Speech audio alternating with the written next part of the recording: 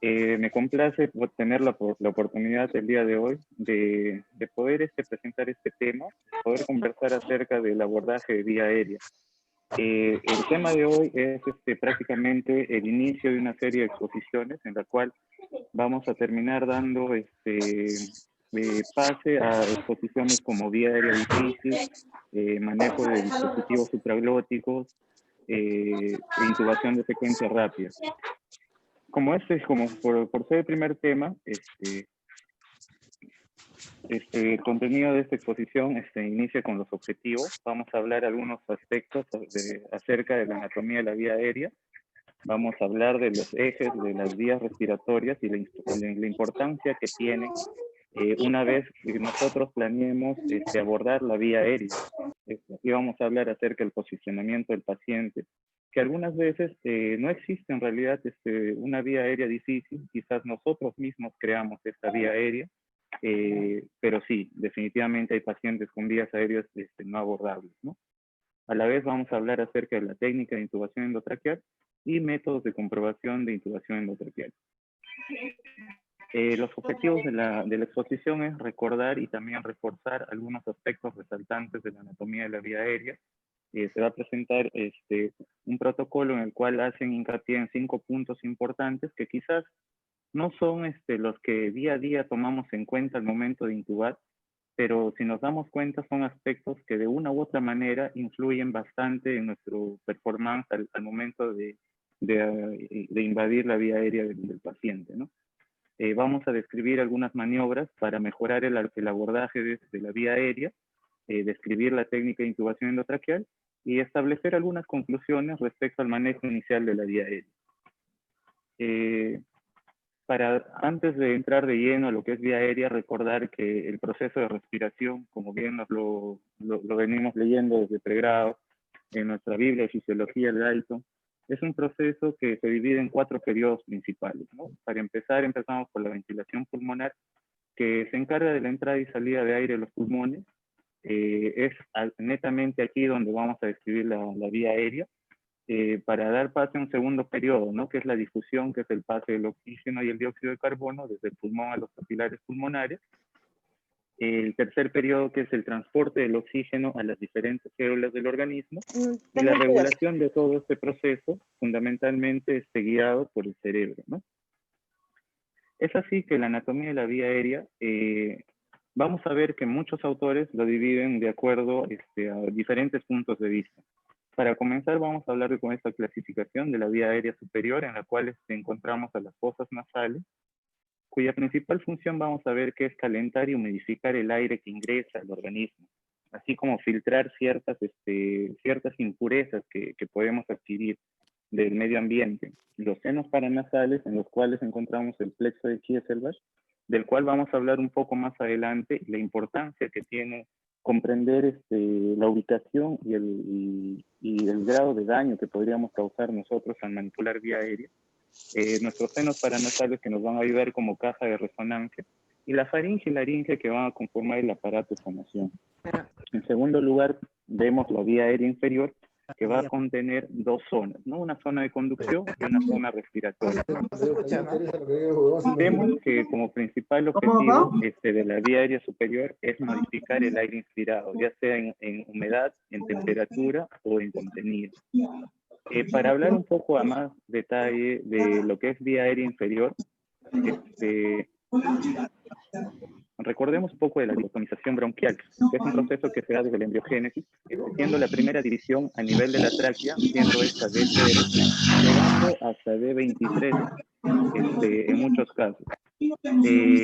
Vamos a ver que de acuerdo a esta división que se da, se generan generaciones, ¿no? Desde una primera generación hasta una 23ª generación de divisiones, teniendo en cuenta que la zona de conducción va a ir de D0 hasta D16, que va a terminar en el bronquiolo terminal. Y también tenemos la zona de respiración, la cual va a iniciar en D17 hasta D23. He aquí donde algunos autores mencionan una tercera zona, ¿no? Una zona de transición, que va desde la 17 hasta la 19, pero basándonos en Guyton, encontramos estas 2 divisiones, ¿no? zona de conducción y zona respiratoria. Es así que a partir de la división 20 a la 22 encontramos conductos alveolares y la 23 son los sacos alveolares. Esta división solo implicará una dicotomización o implicará algunas diferencias. Definitivamente hablamos de diferencias. Por ejemplo, la zona de conducción, la pared va a estar formada por cartílago, músculo liso y glándulas, ¿no? Y generalmente su irrigación principal va a estar dada por las arterias bronquiales, a diferencia de la zona respiratoria, ¿no? Que vamos a ver que de D17 a D21 no encontramos cartílago, pero todavía conservamos músculo liso. De D22 a D23 ya no encontramos ni músculo liso ni cartílago, entonces nos preguntamos en dónde se sostienen las estructuras, y es sobre tejido conectivo elástico, ¿no?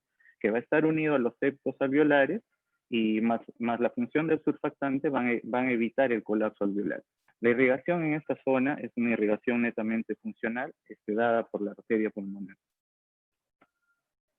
En este cuadro podemos ver un resumen de las diversas clasificaciones que se suelen dar, la que comentamos, la de vía aérea alta, cuyo hito de límite, por así decir, es la laringe. Algunos consideran el cartílago cricoide a nivel de C6 en el adulto, y la vía aérea baja.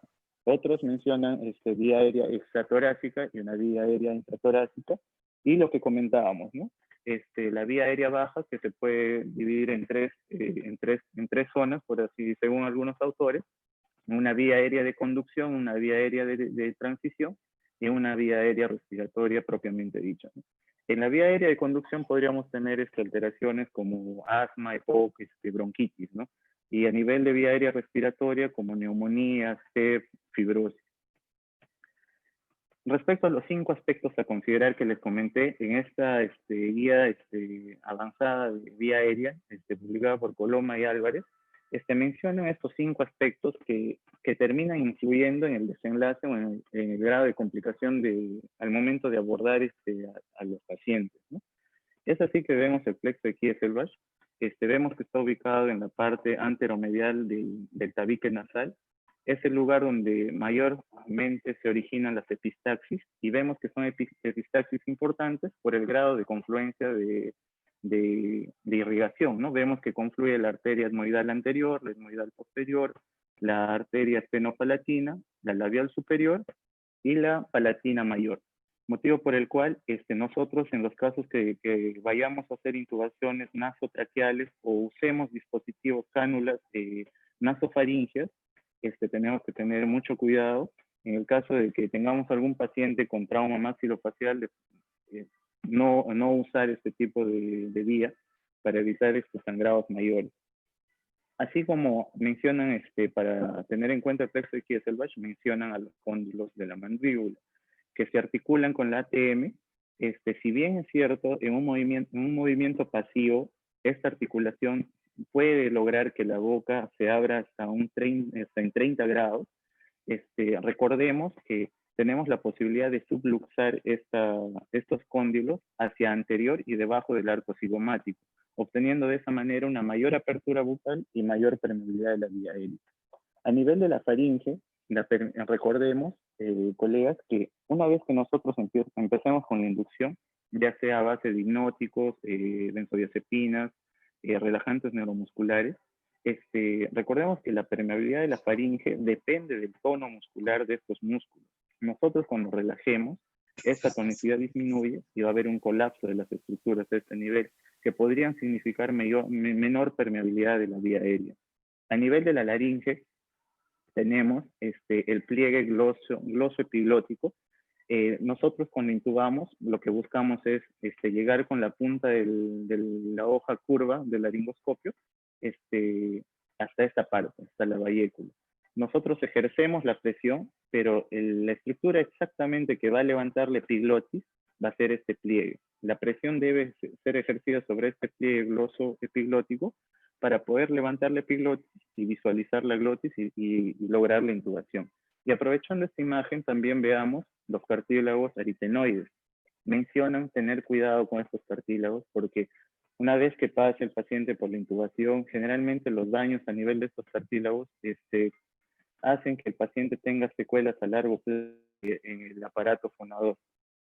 Algunas veces tenemos pacientes forma 3, forma 4, en la cual hay mucha manipulación de esta área al querer intubar, o simplemente elegimos un tubo muy grande y terminamos dañando al nivel de esta área, ¿no? Esos son los 5 puntos que menciona esta guía. Ahora pasamos a lo que son ejes de la vía aérea. Tenemos 3 ejes, el eje oral, el eje laríngeo y el eje faríngeo, que lo podemos ver aquí. La disposición del eje oral en una posición neutra, podemos ver que es casi perpendicular al eje faríngeo y el eje laríngeo. ¿Qué es lo que pasa cuando nosotros buscamos la resultante de estos tres ejes? Tenemos una resultante de esta forma, ¿no? Esta sería el trayecto que nosotros trataríamos de bypassear para poder intubar un paciente.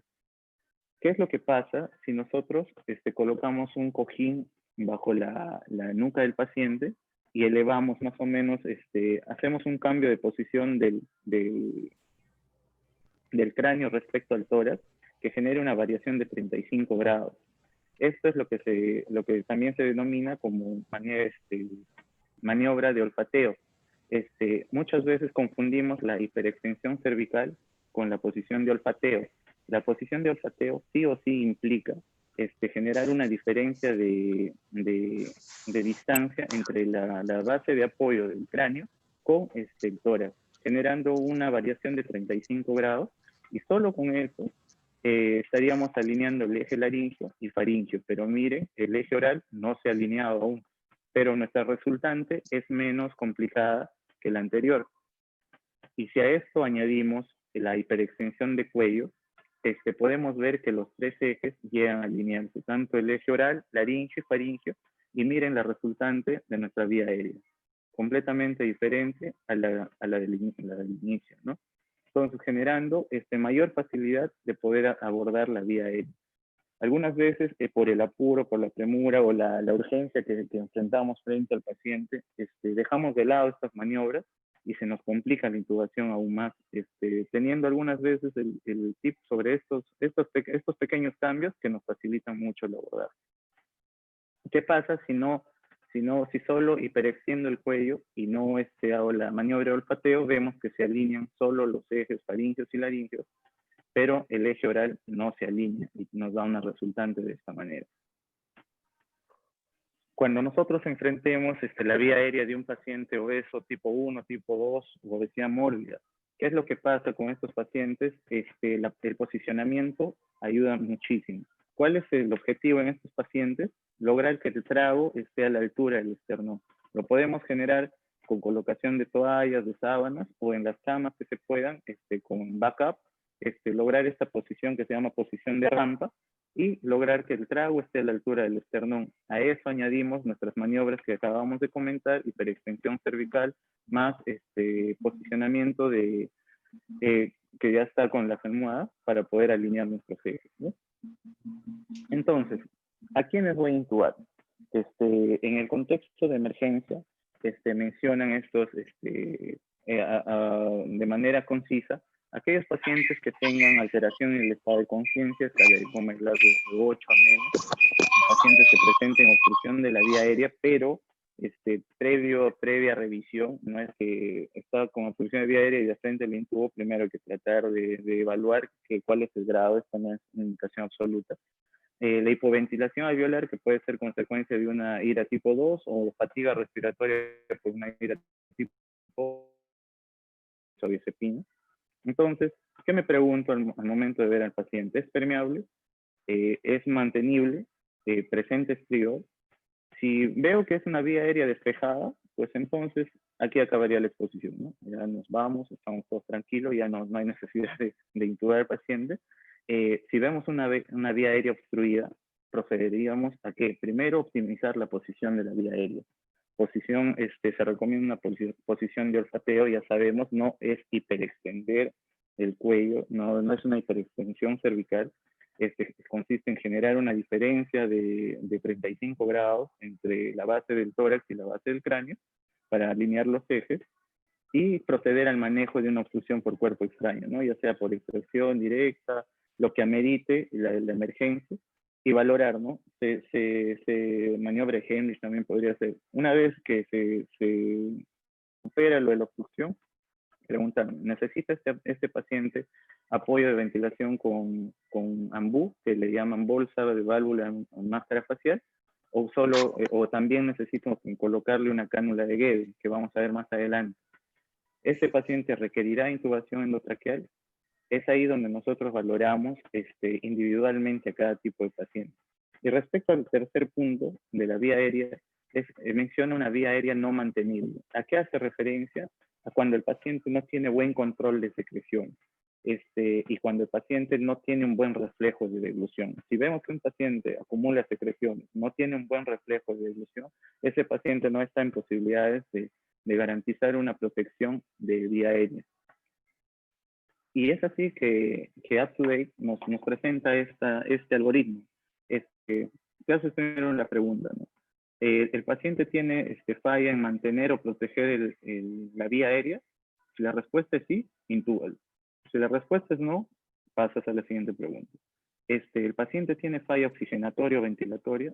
Si la respuesta es sí, intúbalo, pero un ratito, no de frente, no lo intube de frente, hace una pregunta más.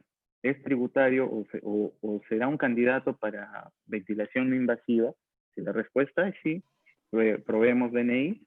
Si tenemos éxito, genial, lo observamos. Si no hay éxito con el BNI, lo intubamos. Y por ahí nace un tercer brazo de este algoritmo, en el cual mencionan aquellos pacientes que nosotros ya sabemos el pronóstico de la patología por la cual él viene, sabemos que se va a deteriorar más. Entonces, si sabemos que va a tener un mal desenlace, intubemos al paciente. Si no, lo observamos. Es lo que nos brinda UpToDate. Y entonces, estamos en la emergencia y el paciente llega a la emergencia. El paciente llegó y nos preguntamos, ¿acaso nosotros estamos con el laringoscopio en la mano? ¿Acaso tenemos las drogas cargadas en ese momento? O por último, ¿no? ¿Sabemos en qué lugar está exactamente el tubo endotraqueal cuando apenas llega el paciente? Probablemente una de estas preguntas tenga respuesta como no. Entonces, ¿qué es lo que debemos hacer primero? Son maniobras iniciales de vía aérea. Empezar con con el posicionamiento del paciente.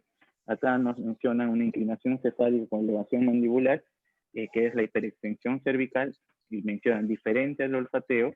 Si tenemos un paciente con sospecha de lesión cervical, no realizar esta maniobra, sino recordar los cóndilos de los cuales nos habla esta guía, realizar tracción mandibular. Podemos echar mano de la subluxación para poder aumentar la permeabilidad de la vía aérea. Este paciente requerirá apoyo de ventilación con bolsa válvula máscara o ambú, conocido como ambú. Es muy probable. ¿Y cuál es la fórmula? Es considerada la forma inicial de brindar una ventilación a un paciente que lo requiere.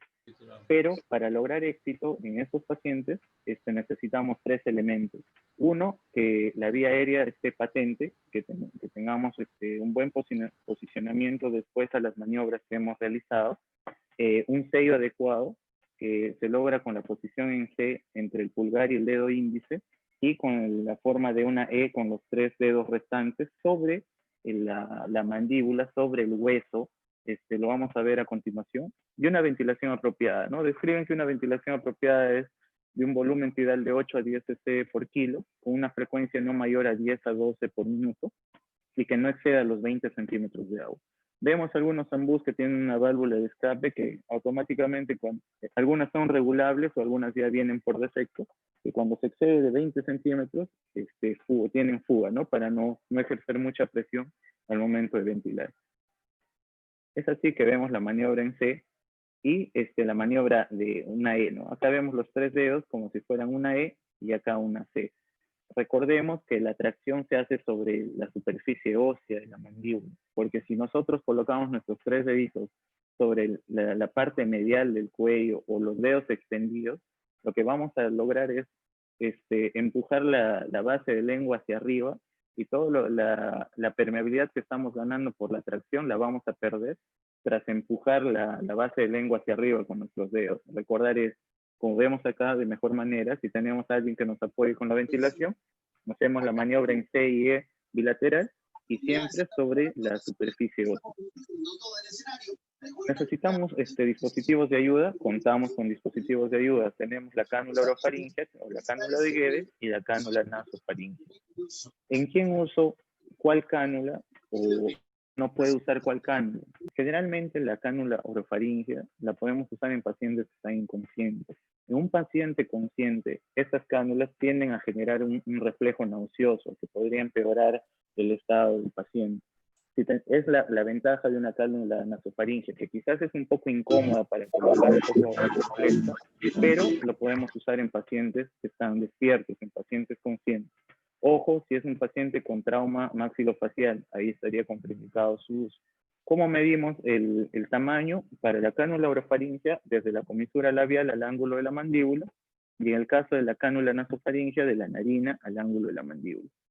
Acá vemos la colocación del tubo de Guedes, entramos con la concavidad hacia arriba, buscando el paladar duro. Una vez que entremos, giramos 180 grados para terminar en la correcta colocación de la cánula. ¿Qué pasa si desde un inicio entramos de esta forma con una cánula de Guedes? Vamos a obtener todo lo contrario al efecto deseado, ¿no? En vez de permeabilizar la vía, vamos a empujar la lengua hacia atrás y vamos a tener mayor obstrucción. Respecto a la técnica de medición, acá podemos ver desde la comisura a la mandíbula y desde acá, desde la narina a la mandíbula también. La colocación de la cánula nasofaringea se hace de acuerdo a la forma anatómica que tiene. No es necesario hacer una maniobra adicional, siempre con mucho cuidado. Recordemos el plexo de Kieselbach, que nos puede dar un sangrado considerable. No voy a abarcar el tema de inducción. Mi compañera Corina Céspedes a continuación va a hablar acerca de inducción. Yo voy a abordar el tema de intubación endotraqueal una vez que nuestro paciente esté en condiciones de manipular vía aérea, ya posicionado. Vamos a abrir la cavidad oral. Algunos mencionan la maniobra de la tijera, en la cual el pulgar ejerce fuerza hacia abajo, apoyándose en una pieza dental, con contraposición del dedo medio para generar mayor contrafuerza en un premolar superior, ¿no? Entramos de izquierda hacia derecha para lateralizar la lengua y tener un espacio adecuado. Por favor, en esta parte, sobre todo en pacientes que en sala de operaciones, a propósito del caso, en estos momentos el estímulo doloroso es bastante fuerte. Y, por ejemplo, nosotros en pacientes que entran a cirugías de aneurisma cerebral no roto, tendemos a colocar una línea arterial antes de la inducción. ¿Para qué? Para que una vez ya inducido el paciente, al momento de hacer la manipulación de vía aérea, esta sea la más suave posible y no generemos cambios hemodinámicos importantes, como picos de hipertensión. Algunas veces, como no tenemos en todos lados la línea arterial, solo estamos con una no invasiva, quizás podemos manipular y vemos y ni cuenta nos dimos y ya generamos un pico hipertensional, generando alguna repercusión. Este estímulo es muy doloroso, tratar de realizarlo con la mayor gentileza posible. Y una vez que el objetivo, como les comenté en diapositivas anteriores, es colocarnos sobre la vallécula y ejercer la presión sobre el pliegue glosoepiglótico. ¿Para qué? Para que el epiglotis, que inicialmente está así, se vaya hacia la parte superior y nos muestre la glotis y nosotros podamos pasar nuestro tubo endotraqueal. La mayoría de tubos endotraqueales tienen una línea negra, la cual nos indica que esa línea debe quedar inmediatamente inferior a las cuerdas vocales para evitar una intubación selectiva, ¿no? Para no introducir demasiado el tubo endotraqueal.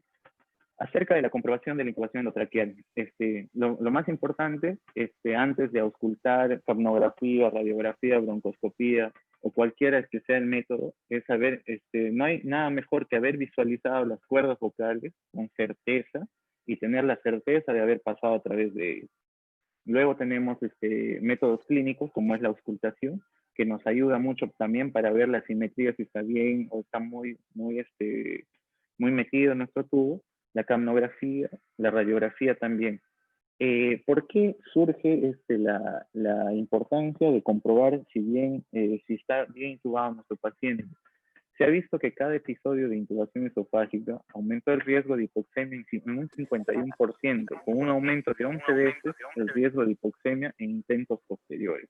Es por ello que la confirmación rápida, que puede ser con una técnica fiable y portátil como es la capnografía, es esencial ha cobrado un esencial lugar para poder detectar rápido una intubación esofágica, ¿no? Y pese a ello, algunas veces cuando se ventila mucho un paciente, se suele llenar de aire la cavidad gástrica. Algunas veces, a pesar de haber intubado el esófago, se ve ciertos rastros de capnografía, ciertos rastros de CO2 que podría uno malinterpretar, ¿no? Bueno, se ve trazado en la capnografía. Entonces, para culminar, tres consejos, por así decirlo, tres conclusiones de la parte del examen de vía aérea. En este aspecto sí es prudente sistematizar nuestra técnica. Es prudente participar constantemente de talleres de simulación porque el mismo error lo podemos cometer 1000 veces en un simulador, pero no en un paciente.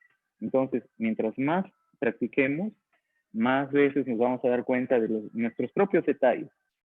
Esto lo podemos leer, lo podemos estudiar, pero no hay nada como practicarlo. Y al momento de tener al paciente en la urgencia, se pierden algunos detalles, que no hay nada mejor que practicar y sistematizar nuestro protocolo. Generarse autocrítica es bueno. Después de haber abordado una vía aérea con éxito o sin éxito, la autocrítica es buena. ¿Qué me faltó? O en qué detalles perdí más tiempo, quizás en este detalle puedo ahorrar más tiempo, en puedo mejorar. Recordar, colegas, que pedir ayuda no es un pecado. Dejar de lado algunas veces el hecho de no, yo lo intubo y algunas veces el desenlace es fatal. Es mejor pedir ayuda. Algunas veces el colega viene un poco más fresco, nos da algún detallito que por la urgencia se nos fue, quizás colocarle una almohada, colocar la posición en rampa, alguna maniobra de ayuda y nos facilita, nos acerca al éxito de la intubación. Y siempre tratar con gentileza la anatomía y la función de la vía aérea que por lo expuesto y por lo que sabemos cobra gran importancia, ¿no? Eso es todo por mi parte el día de hoy. Muchas gracias a todos. Ahora voy a dar pase a mi compañera Corina Céspedes, que va